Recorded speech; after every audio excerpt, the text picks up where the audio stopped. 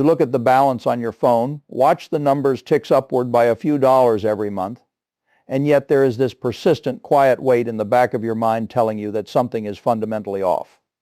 You did everything the old playbook told you to do. You skipped the unnecessary luxuries, you automated your transfers, and you tucked away a tidy sum into what was supposed to be a safe harbor. But when you step outside, look at your monthly expenses, or try to plan for the next few years, that digital balance feels less like a shield and more like a sandcastle facing an incoming tide. It is a strange, isolating feeling to realize that playing by the rules of thriftiness is no longer producing the security it promised our parents. I want you to know that if you're feeling this subtle friction, you're not losing your mind, nor are you failing. The truth is much more systemic, and it requires us to completely reevaluate what it means to protect our hard-earned energy in an economy that has quietly rewritten its own foundational principles without sending out a memo. We have been conditioned from a very young age to believe that saving money is the ultimate financial virtue, an absolute good that stands independent of time or economic shifts. We look at a growing pile of cash as a measure of our safety, but we rarely stop to ask what that cash is actually doing while it sits there. The reality we are navigating right now is that the traditional concept of an emergency fund or a long-term savings pool has undergone a silent mutation. Most people misunderstand the current landscape because they are measuring their wealth purely by nominal numbers rather than purchasing power, completely oblivious to the fact that the landscape beneath them has shifted dramatically. It is entirely natural to feel confused or defensive when someone suggests you stop saving, especially when you have sacrificed so much to build that cushion. You are not to blame for relying on a strategy that worked for decades, but continuing to look at cash as a static store of value is quickly becoming one of the most expensive mistakes an everyday individual can make. To understand why this is happening, let us take a look at Sarah, someone who pridefully manages her finances by the traditional book. Sarah has a high-yield savings account that offers what looks like a generous 4.5% return. And every single month she watches a few extra dollars deposit into her account like clockwork. On paper, Sarah is winning. But if we pull back the curtain and look at the actual math of our current economic environment, her 4.5% yield is completely outpaced by the real-world inflation rate of basic consumer goods, energy, and services. The hidden holding cost of her cash is staggering because as central banks shift their policies and digital currencies alter how liquidity moves through the system, idle money becomes subject to an invisible penalty. Sarah thinks she is preparing for a rainy day, but her capital is effectively decomposing in real time because it is locked in a vault while the cost of actual survival climbs higher. Her mindset is rooted in accumulation, which mistakenly assumes that the currency itself will remain a stable anchor over time, when in reality the system is designed to reward the immediate deployment of capital into things that produce tangible utility. Now, contrast Sarah's approach with Marcus, who realized that in this economic climate, the velocity of money and the ownership of real-world utility matter far more than accumulating paper promises. Marcus looked at his dormant savings and decided to explore the rapid transition taking place from traditional real estate investment trusts to localized solar and wind farm microshares. He realized that instead of buying into a massive commercial real estate fund that might be struggling with vacant office buildings, he could own fractional pieces of localized energy infrastructure. Every time the sun shines or the wind blows in a community decentralized power grid, Marcus's microshares generate an actual yield because people will always need to keep their lights on and their homes climate controlled regardless of what the stock market is doing. He is not speculating on the price of an asset going up. He is collecting a steady stream of revenue based on the daily, non-negotiable consumption of energy by ordinary households. What makes this shift so profound for Marcus is that these monthly energy credits are slowly evolving into a form of currency that is inherently more stable than fiat money. Think about it for a second. If the purchasing power of a dollar fluctuates wildly, the value of a kilowatt hour remains exactly what it is, a unit of work that powers society. By owning the infrastructure that produces that work, Marcus has effectively anchored his wealth to a real-world necessity. Furthermore, because the decentralized power grid requires massive civic participation to expand, the current tax incentives available this year mean that Marcus can write off a significant portion of his initial deployment, transforming a potential tax liability into an active cash-flowing shield. If this way of looking at wealth production and true sustainability resonates with you, please take a moment to like this video, subscribe to the channel, and leave a comment below sharing your thoughts on how your own view of saving has shifted recently.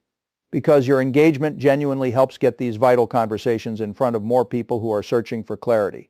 While Sarah continues to worry about the real estate market crashing and watches her physical property maintenance costs creep upward due to material cost inflation, Marcus has expanded his horizon into automated digital real estate. He is completely bypassing the world of highly speculative cryptocurrency tokens and instead focusing his capital on owning revenue, generating artificial intelligence service bots and specialized software as a service protocols. Imagine owning a fractional stake in a digital tool that local businesses use every single day to automate their customer service scheduling or optimize their bookkeeping. These digital assets operate 24 hours a day with virtually zero physical overhead, no tenants to manage, and no leaky roofs to repair.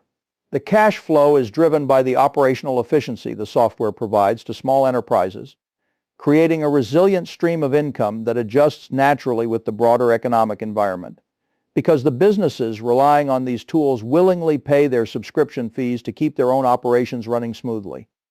This digital infrastructure extends far beyond simple software applications. Marcus has also acquired strategic stakes in automated logistics networks that manage the rapidly expanding drone delivery infrastructure that has taken over suburban supply chains. Think about the physical sky right above us and how it is quietly being organized into digital delivery corridors. By owning a piece of the automated charging hubs and routing protocols that these delivery networks utilize, Marcus receives a tiny fractional payment every time a package is autonomously moved across a specific region. It sounds futuristic, but the math behind it is incredibly grounded because the overhead required to maintain a digital logistics protocol is a minute fraction of what it costs to maintain a traditional brick-and-mortar warehouse or a fleet of physical delivery vehicles.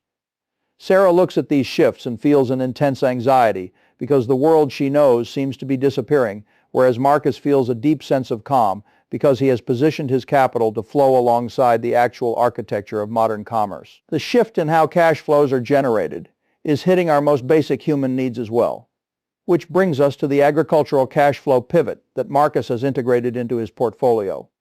He recognized a massive surge in the foundational value of vertical farming cooperatives and high-tech indoor hydroponic facilities that are rewriting how food security is managed near major urban centers.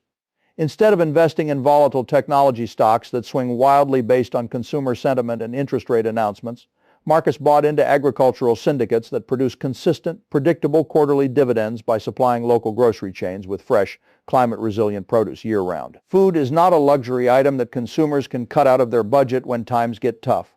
It is the ultimate non-negotiable requirement for human life.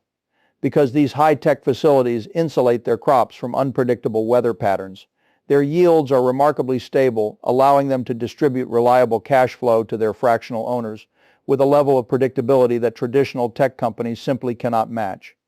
To further protect his family's future against climate-driven commodity spikes and regional shortages, Marcus took his agricultural strategy a step further by utilizing water rights tokens. These digital instruments represent a verified, legally backed ownership stake in actual physical water reserves and distribution channels dedicated to agricultural production. When shortages occur or when environmental shifts cause the cost of water to spike globally, the value of the distribution rights rises naturally, creating an incredibly robust structural hedge. Sarah looks at the rising cost of her grocery bill and feels a deep sense of stress, wondering how much higher prices can go before her savings account is completely drained. Marcus, on the other hand, sees his quarterly distributions from his vertical farming and water rights assets increase in direct proportion to those rising costs, meaning his lifestyle and peace of mind remain completely undisturbed because his assets are intrinsically tied to the very items experiencing the inflation. This brings us to the ultimate turning point in our understanding of wealth, which is the profound realization that true financial freedom has absolutely nothing to do with how much money you can successfully lock away in a dormant bank account. The psychological shift happens when you stop viewing money as an object to be collected and start viewing it as a current that must keep moving to stay alive. When you focus entirely on the accumulation of wealth, your life becomes governed by a subtle underlying fear of loss. You become hypersensitive to every economic headline, every market dip, and every price increase because your safety net is entirely static. But when you pivot your focus toward the velocity of money, ensuring that every dollar coming in is immediately directed toward an asset that generates more utility, your relationship with scarcity completely transforms. You realize that peace of mind does not come from a massive, stagnant number on a screen. It comes from knowing that you own an ecosystem of diversified streams that will continue to produce value for you and your family regardless of what the central banking system decides to do next. Applying this to your own life does not mean you should panic, empty your bank accounts tomorrow morning, or adopt some extreme high-stress hustle culture lifestyle that leaves you exhausted and overwhelmed. A realistic, grounded execution strategy for a post-savings world begins with a very calm, deliberate look at your current dormant cash and deciding to reallocate just 20% of that quiet capital into these active streams. You do not need to become an overnight expert in drone logistics or vertical farming. You simply need to begin the process of moving small tranches of your wealth out of depreciating fiat environments and into fractional ownership models that make sense to you. It is about taking a measured approach, diversifying across a couple of distinct utility-based sectors, and allowing yourself the grace to learn how these modern cash flow distributions feel as they land in your account month after month. If you map out a steady, conservative 12-month projection based on this philosophy, the math begins to paint an incredibly reassuring picture of what your future can look like. By consistently redirecting a portion of your income and your dormant savings into these specific high-utility cash-flowing assets, you create a snowball effect where your monthly distributions gradually begin to cover your baseline living expenses. You're not relying on a massive speculative windfall to save you, nor are you relying on an employer to give you a raise that barely matches inflation. Instead, you're systematically building a self-sustaining financial ecosystem that operates quietly in the background of your life. 12 months from now, you could look at your financial landscape and realize that your traditional salary is no longer your sole lifeline, but rather an additional tool for expansion, leaving you feeling genuinely understood, remarkably less anxious about the state of the world, and completely clear-headed about the path ahead.